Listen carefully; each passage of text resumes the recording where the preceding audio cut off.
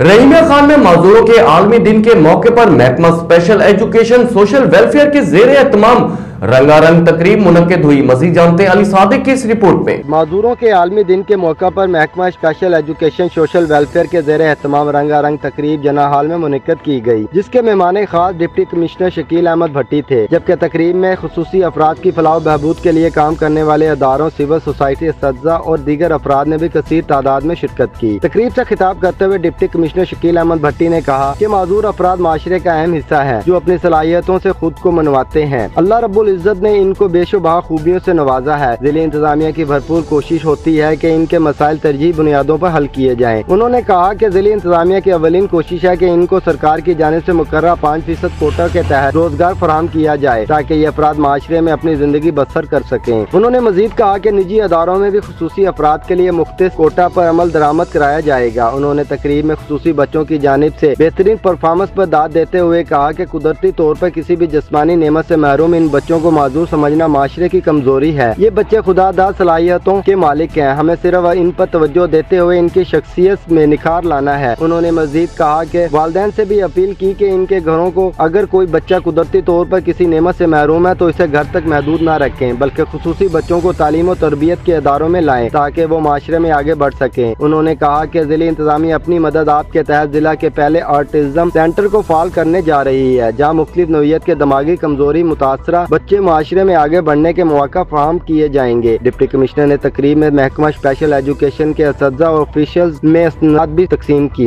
तकरीब में DO special education Umar Sharif, Pakistan blind cricket association के सुलेमान बुखारी, अरफान मनसब, एजाज अहमद, दिली फोकल पर्सन अरफान अहमद, परवीन अकरम समेत दीगर ने शिरकत की। कैमरामैन फहीम अली के साथ अली सादक, राज न्यूज़, रहीमिया खान।